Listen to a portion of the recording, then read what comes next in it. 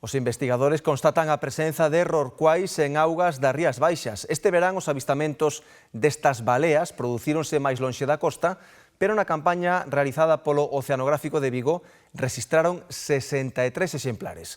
O obxectivo é coñecer e protexer mellor estes grandes cetáceos que sorprenden os que teñen a sorte de avistalos.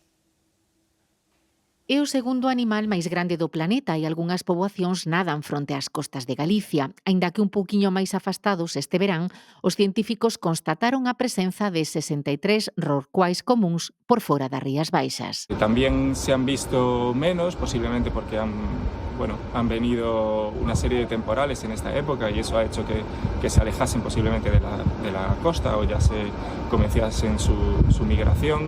Porén, nos últimos anos é frecuente poder avistar este tipo de baleas en Galicia. Non só os investigadores, tamén moitos patróns de pesca ou as tripulacións e pasaxeiros de barcos como os que viaxan ás Illas Cíes. Un pouco máis lonxe, non é como os golfiños que se achegan moitísimo, especialmente nas rutas que van dende Vigo a Ons e dende Sanxenxo o Portonovo ás Illas Cíes, porque ao ser un pouquiño máis mar aberto, pois temos máis esa posibilidade de poder ver esos cetáceos. Os nosos pasaxeiros teñen a posibilidade pois de disfrutar xa non só da ruta e do mar e da natureza, senón tamén desta maravillosa fauna mariña que temos nas rías. Como van guías a bordos, que están tamén formados en bioloxía e demais, pois aproveitan a viaxe para poder explicarlle un poquinho máis e, así te disfrutado moitísimo. Os investigadores pensan que estas poboacións de rorcuais poderían proceder do Mediterráneo e da Bahía de Vizcaya.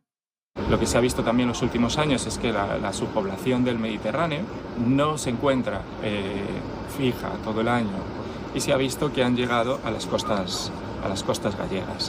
El grupo que se alimenta en la zona de la Bahía de Vizcaya, que es los mismos que tenemos aquí frente a las costas gallegas, y posiblemente aquí confluyan esas dos poblaciones. Mais aló da incrible experiencia de avistar estes cetáceos, a campaña dos investigadores do Oceanográfico identificou 35 exemplares, mostras que permitirán avanzar no coñecemento das poboacións cun obxectivo, poder protexelas.